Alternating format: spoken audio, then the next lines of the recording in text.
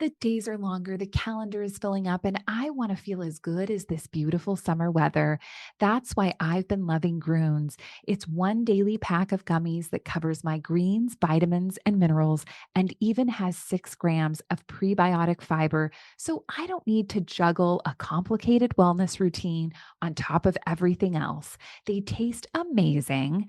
They're easy to toss in my bag on the go. Plus, they're vegan, gluten free, and HSA, FSA eligible for reimbursement. Save up to 52% off with promo code podcast at gruns.co.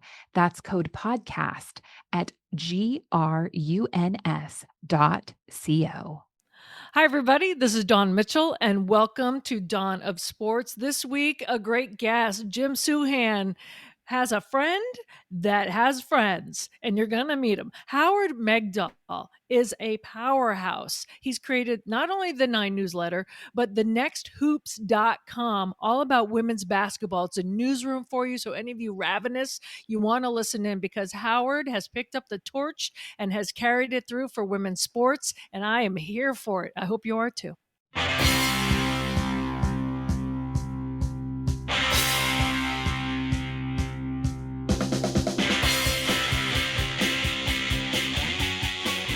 Yes, welcome to Dawn of Sports. She is Dawn Mitchell from Fox 9. I'm Jim Souhan from the Star Tribune. This is one of our many shows at TalkNorth.com. Check out Russo, LaPanta on hockey, Gorg on hockey, Krasinski on basketball, me and John on football and the Viking Update Show, former Vikings general manager Jeff Diamond on the Vikings, Mike Grimm on the Gophers, Randy Shaver on high school football, John Millay on preps, Roy Smalley, Lavelle Neal, myself on baseball. I always leave some out because we have so many shows, outdoor content, everything else. Dawn's show, we talk about all sports, but we also want to forward women's sports. Howard has done that probably as well as anybody in the country. I'm looking forward to our conversation with him. For today, Dawn, let's start with the hottest story in Minnesota, which is the Vikings. Not only I'm not surprised they won against the Giants. I'm mildly surprised at how good they looked winning. That was impressive. Yes, and first of all, I just want to be thankful because the first few minutes of that game did not look like it was going to end up that way. Yeah. I was like, "Oh no, my head was in my hands," and then how they snapped into it. And yes, the Giants are not a very good football team, but exactly what you said, Jim. They played together. I loved how Sam Darnold was confident, connecting on the first 12 passes, finally airing it out. And as Justin Jefferson says, he was trusting me when I'm double teamed because that's going to happen. And it wasn't just one person. We saw Aaron Jones have 94 yards. So you want to have that hand in hand with the passing game. And then the defense, my word. Yes, I was just not surprised, but kind of like, wow, okay, a little relieved maybe, and thankful because yeah, every team in the NFL, you and I have talked about this before, the preseason is so shortened and they only get practices if they're getting the joint practices with another team, that sometimes the first week of the NFL is like preseason still. And so you're going to have to work out the bugs and work out kind of this is for real now. So I was pleasantly surprised once they started getting their gripping, at how well they did and how they continued it. So both sides of the ball, even, special teams did okay. And then they ended up playing better. So I think that's just how your first few weeks. So, and it's always easier, as you and I know, to go into a winning locker room. So, what a great way just to start the year off. And it was a good. Well, we'll get into why it was a good week one in a lot of ways. First, I want to let you know we're coming to you from the Aquarius Home Services Studios, and we want to thank our sponsors: Rudy Luther Toyota, Minnesota Masonic Charities, and Natrium. Natrium.com. That's Natreum. CBD, THC, all kinds of varieties. I love using that stuff. We'll tell you more about them in a minute. Really, one of the reasons for pessimism going into the season was this division looked like it was going to be very difficult. Caleb Williams Caleb Williams has people excited about the Bears in Chicago as they have been since Walter Payton was playing. The Packers looked great in the postseason and the late run last year. They had Jordan Love and the Lions look like a Super Bowl contender. Well, the Lions won a tough game against a good team, had to go to overtime to do it, but they won that first game. Packers lose their first game, lose their quarterback for a month, and the Bears couldn't function on offense. Those things combined with the Vikings winning while looking good, it does change. If you want to be an optimist, now you have a reason for optimism. And I'm always an optimist. I know sometimes that annoys people because I think you have to play the games, right? I'm still going to stand by what I said last podcast is I don't know until the third game in. Because yes, you can look great against the Giants. How are you going to look against the 49ers, right? So I don't do the high and low. I'm pretty consistent. Like, okay, but when you see in the game what they do well, and the Vikings came out with a victory, and then you look at the other teams, like you just don't know, right? Jordan Love gets hurt. Thankfully, it's not as bad as what it kind of looked like. That, as we have learned with Kirk Cousins, that can shift the trajectory of the rest of your season. And still, very well, it might hurt right now, but just let them play the games. I've heard so many fans go, yeah, well, I'm glad they won that because it's over after this. They got a tough stretch. They're not going to win any. And it used to get me mad, and not even when I was here, no matter what city I was in, that mentality is like that. But I'm like, you don't know. Just let them play the game. You're stealing joy from yourself. Just let them play the game. Let it play out. Yeah. One player I'd like to highlight, I've always loved the way Aaron Jones runs. I always thought he was one of those athletes who plays the sport better than the sum of his physical abilities. He's not the fastest guy in the world. He's not the biggest guy in the world, but he always seems to set up his blocks. He seems to be able to freeze defenders. And he reminds me of a lot of great players in the NFL who played speed positions, but necessarily weren't all that fast. But they were fast. They were football fast. Adam Thielen, Jerry Rice, Chris Carter. These people did not have great 40 times, but it felt like nobody could ever catch them. That's the way I think Aaron Jones is. And if he stays healthy, he really simplifies things for Sam Darnold. Oh, he does, and he a lot of people caught it that how he jumped into the stands. So I said, are you gonna have to rename the leap if you do that at U.S. Bank Stadium? And he started laughing. Goes, I hadn't really thought about that. He goes, I don't know, maybe I'll name it after the county that the stadium is in. So he called it the Hennepin Leap. The Hennepin Hop. So yeah, the Hennepin Hop. Maybe. Hey, you might want to suggest that to him. So he said he's gonna have to ruminate on that a little bit and come up with one, but he has been a joy to watch, and Ty Chandler and he seem to really play well, kind of in synergy with that tandem going on. But I also, obviously, you talked about speed. Andrew Van Ginkel, that pick six, that blistering pace, 1.16 seconds, beating his own record, by the way.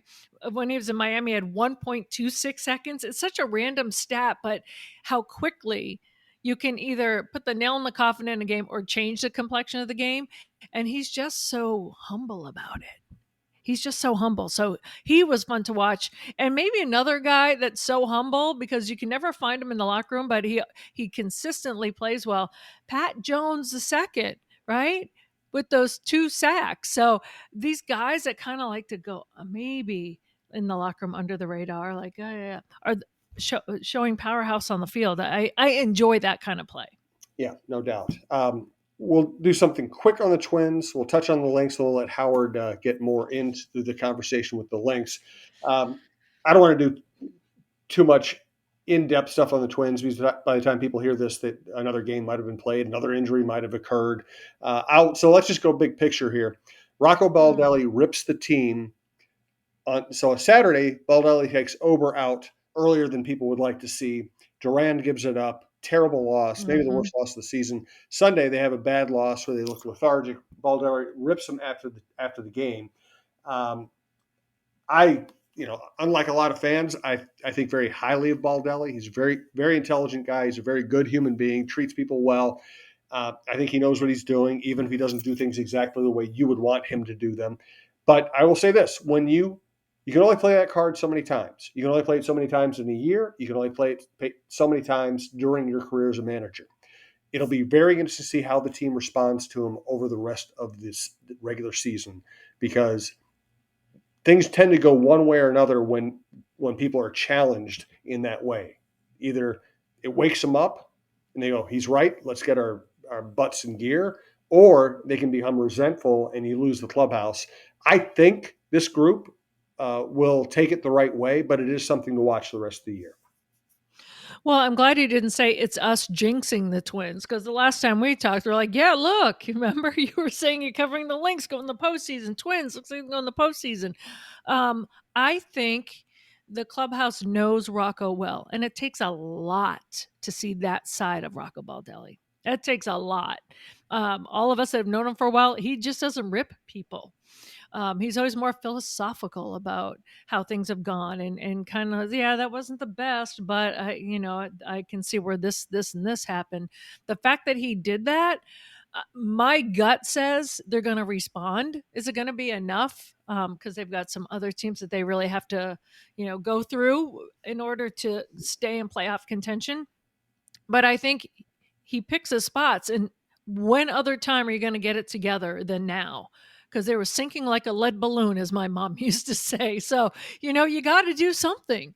So I'm thinking it's that, because they know him better than I don't think it's kind of hard, Jim, to hide someone's personality nowadays, right? So it's not like this is the Rocco we know in media and the clubhouse knows it different. He's just not built that way. So for him to get that fired up, I'm just hoping it has that first effect.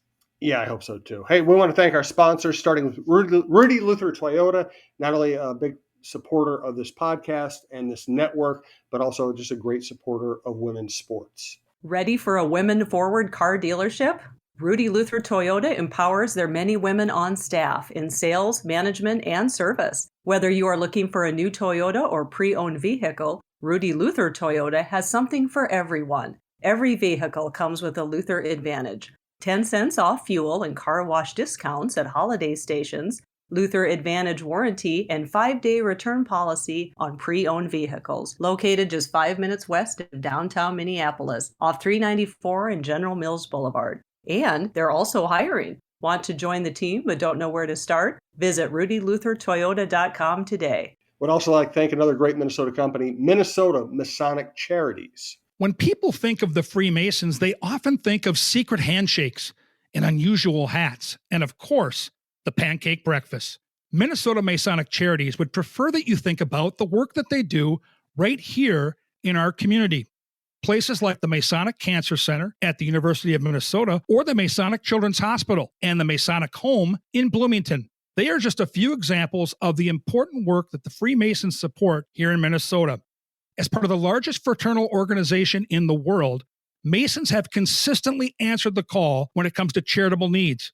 I am happy that Minnesota Masonic Charities has chosen Minnesota Bound and this podcast as a place to help spread the word. We look forward to learning so much more about their many programs here in the weeks to come. And I'd like to tell you about Natrium, natrium.com, Natreum. You can also find their wildflower stores around. Their mothership store is in St. Louis Park.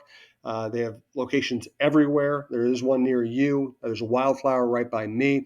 And I have been using their products since long before we ever thought to ask them if they wanted to sponsor the program.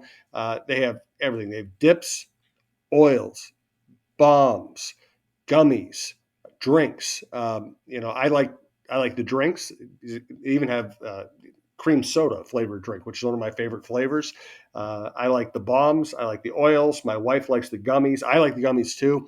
And it can be for anything from just relaxing a little bit to de-stressing to getting that nice little take the edge off feeling at the end of the day without having to drink alcohol or worry about a hangover. It can help with sleep. It can help with headaches. My wife loves it for sleep. I especially like it for headaches. Go in, talk to the experts. They will steer you in the right direction. It's just a great company with great products. You can go to the store, or you can go to natrium.com and ask and order delivery. I highly recommend all of their products. All right, now up next. I think it's your BFF, Jim. Yes, I love this stuff. It's your BFF. And the cool thing about talknorth.com too is, podcasts are so personal. We are you're just getting to hear us talk the way we act normally, right? We don't have radio voices on. We're not radio professionals. We're just having conversations. And so, we found out a long time ago the best sponsors for us are people whose products we actually use, can talk just naturally about. So Natrium is definitely one of those. So thanks to all of our sponsors. Up next, Howard Megdal, founder of the 9 newsletter and the Next Women's Basketball Newsroom. As promised, today's guest, Howard Megdal. It's going to take me half an hour to read his bio. I'll try to keep it as short as possible.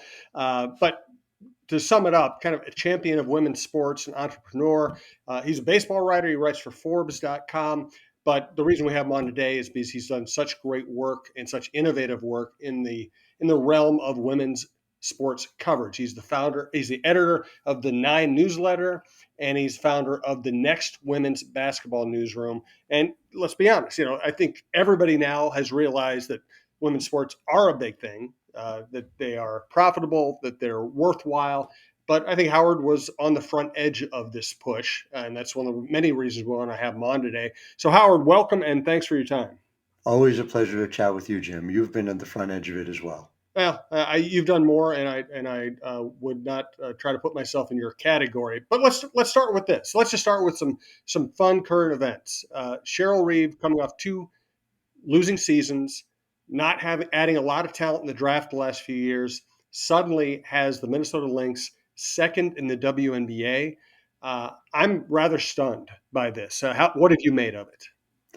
This is a team that is performing through the regular season at the same level as the 2017 Lynx, the team that last won a WNBA title in Minnesota. And so it is striking the job she has done with the players she has. As we saw just recently with Maya Moore's number being retired, that was a team of 5 Hall of Famers. What Cheryl is doing this year is that she has turned Nafisa Collier into a first team all WNBA player and a legit MVP candidate. She is Kayla McBride playing some of the best ball of her career. And I guess the way I would take issue with it is I think she's done some really good things in free agency. I think the names weren't necessarily as big, but she's doing it in a way that has allowed the players to play the roles she needs, whether it's Alana Smith and what she is able to do in the front court, or even Courtney Williams. So she has turned into effectively her point guard,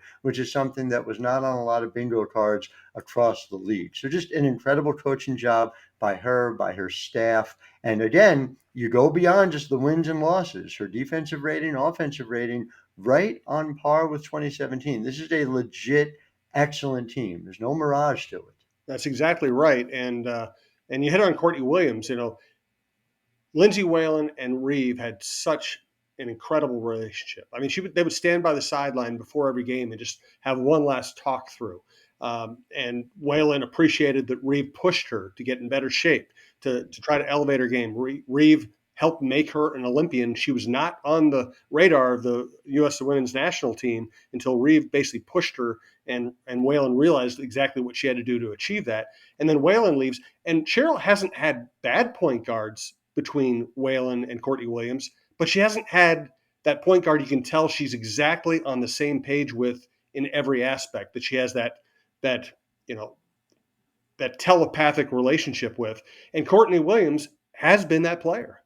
It's been remarkable to see. And again, credit to Courtney Williams for being up for reinventing herself. And you started to see it last year in Chicago, but she has been better at distributing the ball than I think anyone could have seen coming out of school. The Phoenix Mercury drafted her in 2016, wanted her to be a point guard, and so quickly determined that she wouldn't be for them that the Mercury traded her to Connecticut, where she had some of her early success. But her assist percentage is right near 36. It is among the leaders in the WNBA. She is not making mistakes with the ball. Turnover percentage just above 17%. Really, really solid for somebody who is a playmaker. And it also, I think, has helped that she is one of many distributors on this team.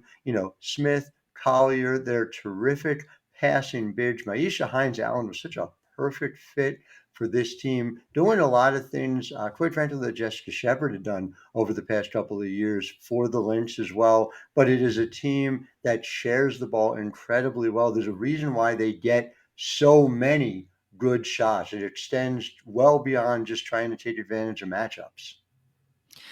Howard, you talk about perfect fits, and it doesn't really come into play anymore now that Angel Reese is out for the rest of the season and injured. But Cheryl doesn't just go with what the popular opinion is. She for who the fit is, whether it's position wise, personality wise. That I think the popular opinion was, why did she pass on Cheryl Reese and go for Peely? And now we see kind of the brilliance of her ways, especially where Reese would have basically sat on the bench a lot more with Nafisa Collier basically being in that position. But what is it about Cheryl Reeves' foresight that way and be able to take the heat, so to speak, that a lot of coaches that are trying to get back to that big game, sometimes they bite on that? It's very hard for me to understand people who underestimate Cheryl Reeve at this point in time after 4 championships, after Right. all the trips to the finals, and the multiple coach of the year, the executive of the year. But this particular point has puzzled me in specific. I'm a big Alyssa Peely fan of her game. I think she's somebody who has a chance to be special in this league. She needed a role player here in year one. I don't know that Angel Reese would have been a great fit to be that player at that Mhm. time. But you even look at compared to now versus later, this is a team that in all likelihood is going to earn the number 2 seed in the WNBA this year. So there's been no trade-off now versus later. And there's also an understanding for Cheryl Reeve, who's been doing this with great success for a decade and a half, that you need the right fit in the locker room in order for a team to maximize its potential. So you put all that together, and I guess I might feel differently about it if, say, Minnesota was middle of the pack or worse, or frankly, if you had seen Angel Reese lift the Chicago Sky to a point where they were winning, where they were outperforming where they are now, which is right at the very edges of playoff contention. But given the results, boy, it's hard to imagine how you second guess Cheryl Reeve before you even get into the fact that she knows what she's doing and she's done it, once or twice before. Absolutely. I want to go back a little bit. You seem to be like Howard Nostradamus right now when it comes to women's basketball. You had the foresight to create the next and just want to get that women's basketball newsroom going in addition to the 9 newsletter.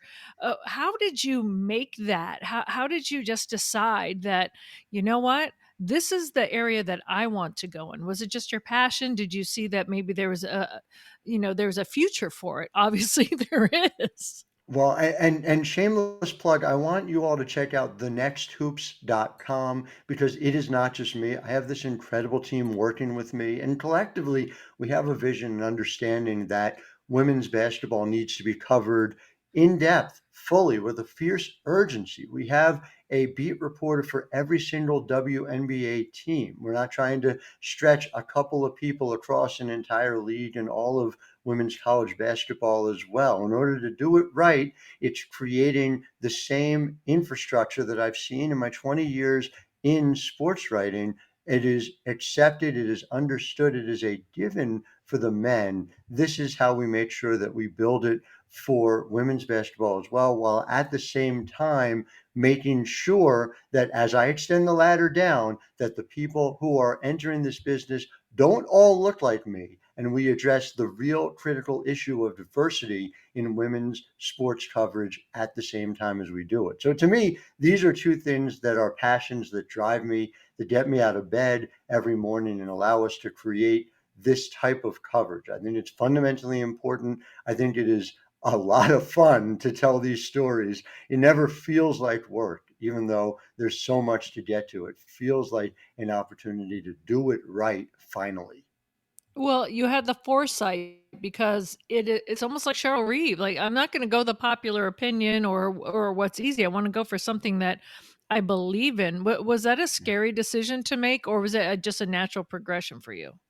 It was more like once I saw it, I couldn't unsee it. Once you came to Mm. understand this was necessary and important, it was something that I wanted to do all of my time. And to be clear, I've covered men's sports. I still cover some men's sports and enjoy it very much. But there is an imperative for getting this right for women's sports.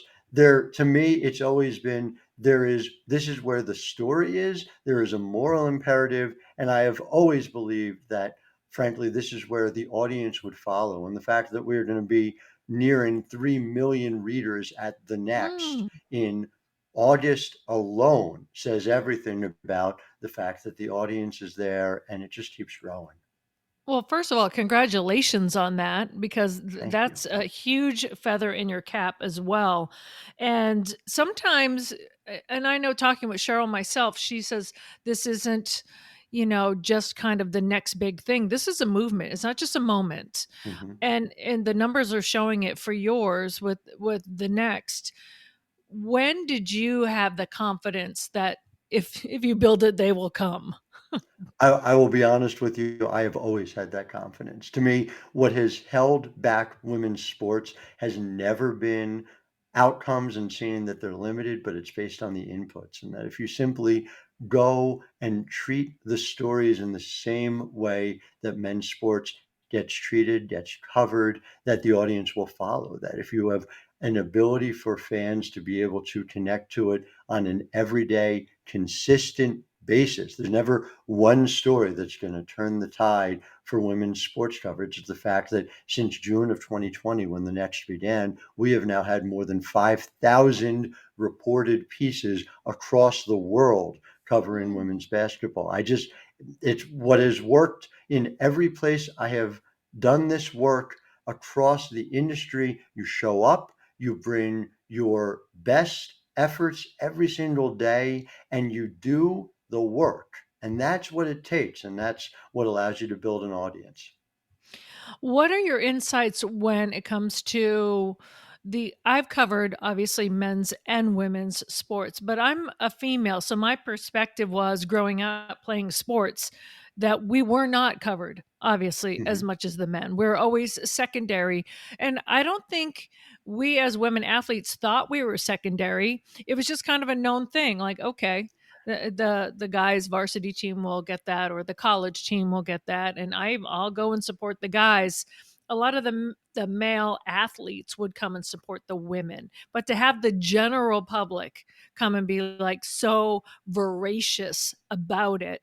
Have you had young women that have come to you that have kind of had the experience I did growing up? Like it's sparse, like the thanks and the just the this is what I had, and thank you so much for doing this now for us and advancing it. It is the norm way too much of the time, even now. And again, it goes back to a simple question of why. And no one can really answer that question. And you can even go into the depths of, there's always a reason why in so many legacy media outlets, women's sports gets covered less or women's sports get covered not at all. And artificial barriers are put forward, right? Oh, well, Mhm. that's not a winning team, or, well, the attendance isn't quite as high. That again and again, instead of approaching it as we're going to treat these stories all like they matter, and then we're going to see where the audience is. I see also that when we have seen the breakthroughs, a lot of times they have happened by mistake. You can go back to the Yukon team in the mid 1990s that received a lot of coverage in part because Connecticut newspapers had a whole bunch of Hartford Whalers writers who didn't have a sport to cover when there was an NHL hockey strike. And oh, well, there's this young woman named Rebecca Lobo, and she's from in-state, and they've got a very quotable coach in Gino Auriemma. And, fast forward 30 years later, the coverage has been consistent because people went absolutely crazy for that team and the audience was there. And so again and again, it's no harder than show up, give people the opportunity, and they'll do it. You put yourselves in a position as a women's basketball community to see all the games on ESPN. That didn't happen until 2020. March Madness was not allowed to be used by the women's tournament by the NCAA, just like one of the Right. greatest self-owns in recent sports history, till 2023. And suddenly, Caitlin Clark in the national championship game outdraws the men's game in ratings, 18.9 million to 14.7 million. These things are connected. The inputs lead to the outcomes. Here we are on the media side. We're part of those inputs. We have to get it right. Well, what I enjoy when we first started, Jim and I, to do this podcast is, yes, I'm a female in sports. Yes, Jim is a male in sports, but when it comes to forwarding strong women and strong women in athletics, you also have to have men that are willing to carry the torch. And I don't like it on the women's side where some women are like, no, this is all about women. It's women power only. You are the perfect example, Howard, of what I wanted to and Jim wanted to bring to the table. That is a strong male that is great at his craft, that has covered men's and also carries the torch for women's sports. There's not too many of you. I know it's growing. I give Jim kudos all the time for advancing women's sports and advancing strong women. Have you seen more men get into it, especially since you've kind of taken the torch and moved it forward? Well, I appreciate the kind words. I think you're seeing more and more people getting into it as there is a clear audience that is being demonstrated to everyone. And I think it's important to separate the folks who come in with a lack of humility and act as if they've been here the whole time, which is very silly, Mhm. to those who come in who maybe have not covered before and are now in a position to start to do so. And there needs to be an on-ramp. And what we need to do is make that easier and easier for folks to join. If we sit here and say there has not been enough coverage, and then we turn around and gatekeep and keep new voices from being able to contribute to adding to those voices who are covering, then you end up in the same circular place. So I view it as something where when people are coming into this trying to engage and trying to learn, it's important that we do so. And yes, the answer to your question is we've seen more and more people doing that. Howard, what is the next big step for women's basketball or women's sports in general? I mean, again, we've talked. You feel like we've already had the breakthroughs, the Caitlin Clark, the TV ratings, PWHL success, Minnesota Roar. I mean, in this town, aside from really great prep sports and women's sports at the University of Athletics, University of Minnesota, Suni Lee, Reagan Smith. We have all these great stories. The Lynx have been celebrated, not covered as enough, but have been celebrated. It is so many things are in place. What is our next big step? What would the next big step be for either women's basketball or women's sports? My echoing is it just is doing it again and again. Yeah. The audience is there, so now it's serving that audience. The audience is there, so it's showing more and more games on TV, finding it more easily because those are in more prominent places to be able to watch the games. It's just continuing to build that infrastructure. The new massive TV deal the WNBA has agreed to for media rights is going to help build that infrastructure as well. But it's just continuing to grow it and showing up day after day. It's really as simple as that. You make it available to folks, people understand the product is incredible, and it just continues to grow that way. Last question for you, Howard. Thanks again for the time. What did you make of Kathy Engelbert? She was on the Power Lunch CNBC. Was basically asked about all the nastiness and the bigotry being directed at women's basketball players, at her players in social media, and she gave a very canned answer that really didn't address that specific issue. What did you make of all of that? Well, look, ultimately, we heard from the WNBPA about it. Mm-hmm. Kathy herself last night followed up on those comments on Twitter as well. I think there are two parts to it. I think the first part is that social media is a toxic place, but it is particularly a toxic place for a league that is 80% Black women. Mm-hmm. And so being mindful of that is very important. I think the idea that some of that is out of the league's control is absolutely the case. But what needs to be consistent and repeated is the idea that it is unacceptable, and that cannot be a way forward for fans to engage. Period. End of story. It's the case across sports. It is, of course, particularly problematic for the WNBA for all of those reasons, for the makeup of the league. And so I think it was probably a useful lesson going forward for Kathy and for the WNBA as well, to essentially say, to be proactive on it rather than reactive on it. And hopefully there'll be continued pushes for this. Great stuff, Howard. Thanks again. We will be bugging you again at some point in the future. Absolutely. Thank you for the time. Thanks for all of your great work, and best of luck in all these endeavors. Anytime and always. Thank you to you both.